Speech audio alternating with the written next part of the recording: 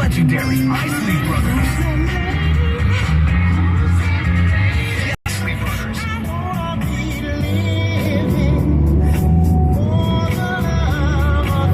Plus, Genuine.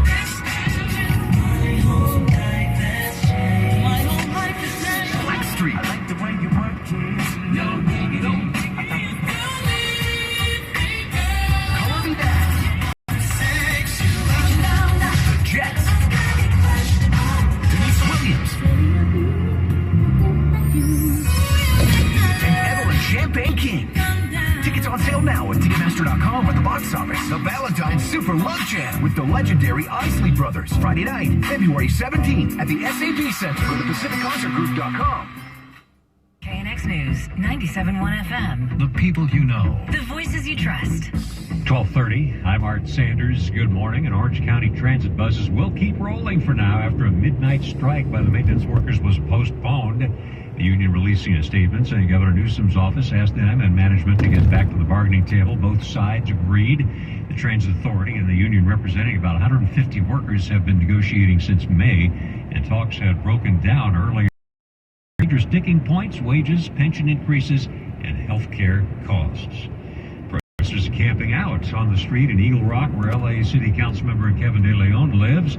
They say they aren't leaving until he leaves the city council. There's a row of large tents, a table, even a porta potty on the sidewalk, 300 feet down from the home of Kevin De Leon here in Eagle Rock. 25 members of Black Lives Matter LA spending the night here. They plan to stay until De Leon resigns. All of us as like people who live in Los Angeles should be uncomfortable with the fact that we have people who are voting and creating policies based on anti-blackness, anti-indigenous rhetoric and beliefs. Several De Leon supporters showed up, stood on his yard. We understand, okay, but we just don't have the same view on Kevin De Leon, that's all. De Leon is staying somewhere else right now. Some neighbors told KNX they understand why the protesters are here and they don't mind. In Eagle Rock, Emily Valdez, KNX News 97.1 FM. KNX reached out to Councilmember De Leon for comment. Meanwhile, local civil rights leaders are calling for the next council president to be an African American. At a news conference, the LA Urban Roundtable said such a move would help with political and racial healing in the city. The group's leader, Earl Afari Hutchinson, says it's also time for Kevin De Leon and Gulch to resign from the council. They aided the abetted the racist slurs and the slanders. They were also involved with the backroom wheeling and dealing. They also tainted the city council badly. And their presence, as long as they're there, you're going to have a city council that's going to remain divided and dysfunctional. So they have to go. There's no question about that. Not only for the good of the council, but quite frankly, for the good of the city. Hutchinson adds he doesn't believe De Leon will resign because he wants to run for a higher office. Spokesman for Gilson Dio says the councilman is, quote, at a place of reflection, not available for comment on whether he'll resign. The three city council members are now the subject of an official investigation by the state attorney general's office. After gauging public reaction and assessing limited facts for 24 hours, Attorney General Rob Bonta said it was his conclusion, backed up by staff recommendations, to begin an official inquiry into the actions of council members Martinez, De Leon, and Cedillo, and if there are any criminal actions or irregularities in how redistricting was being done in L.A. We're focused on the most recent redistricting process because the facts as we know them involve that redistricting process. If we believe that rights were violated and laws were broken, wherever and whenever that may have been during the course of our investigation, we'll find accountability, whether that's on the civil side or the criminal side.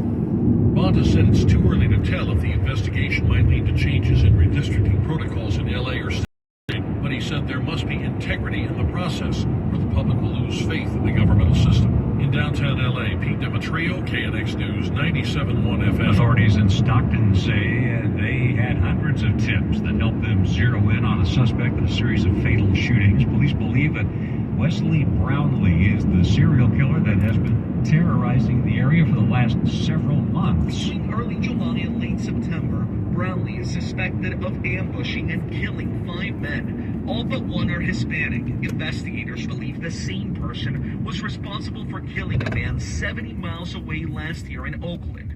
and wounding a homeless woman in Stockton a week later. Ballistics tests and video evidence linked the crimes, according to police. Murder charges are expected to be announced Tuesday after Brownlee is arraigned. That's reporter Christiane Benavides. None of the victims were beaten or robbed. A woman who survived said her attacker did not speak during the crime. Former psychologist for the LA County Sheriff's Department is suing the county and department, alleging retaliation, gender discrimination, and intentional infliction of emotional distress. Christine Jones claims that when she complained about the way she was being treated on the job, a number of male employees took actions to destroy her career and harass her. Jones says she found a dead rat in her parking space and a dead rabbit in her driveway.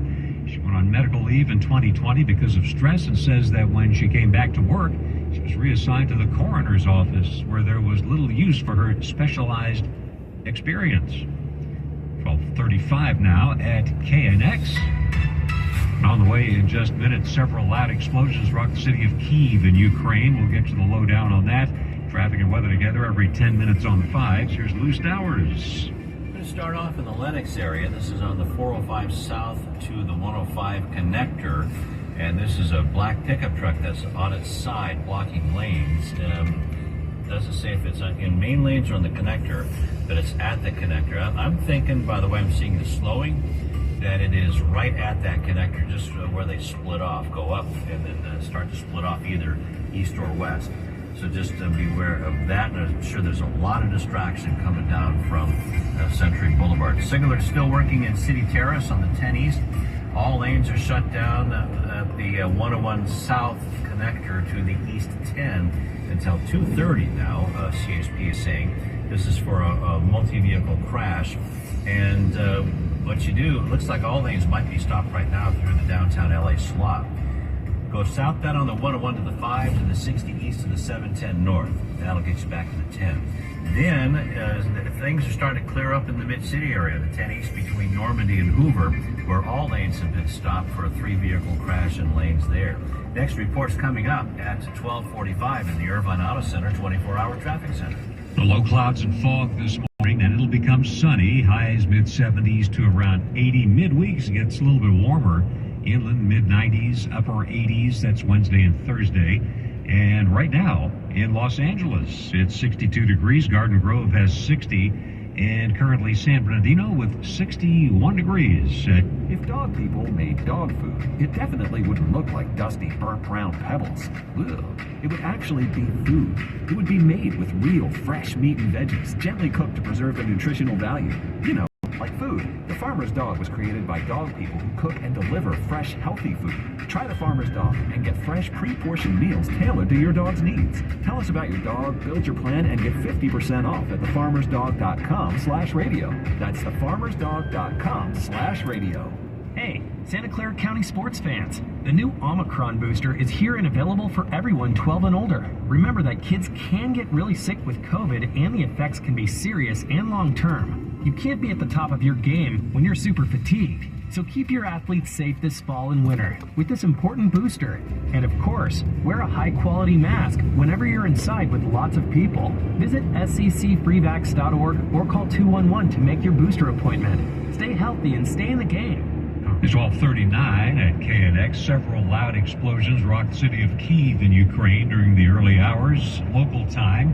BBC News correspondent Hugo Bachega has more. Back here in the car park, the underground shelter of our hotel. We heard the first explosion a little bit after 6:30 in the morning here. Then there was a large explosion closer to the city center. It was much closer to our hotel. Now there are reports of a third explosion, and we had an update from Andriy Yermak, the president's chief of staff, saying that the city had been attacked by so-called kamikaze drones. No immediate word on casualties. The drones intended at targets weren't immediately clear, but Russian strikes over the past week have hit infrastructure, including power facilities. A CBS News poll shows Republicans are still favored to capture the White House. An estimated 224-seat majority. Democrats have been narrowing the gap, but that momentum has stalled. To capture the House, I should say, not the White House. No matter your income, inflation is inescapable, and it could be a deciding factor for the midterm election. There's a lot in here that lowers the everyday cost for middle-class families. President Biden is trying to convince voters his big legislative win, the Inflation Reduction Act, will bring prices down. But a new CBS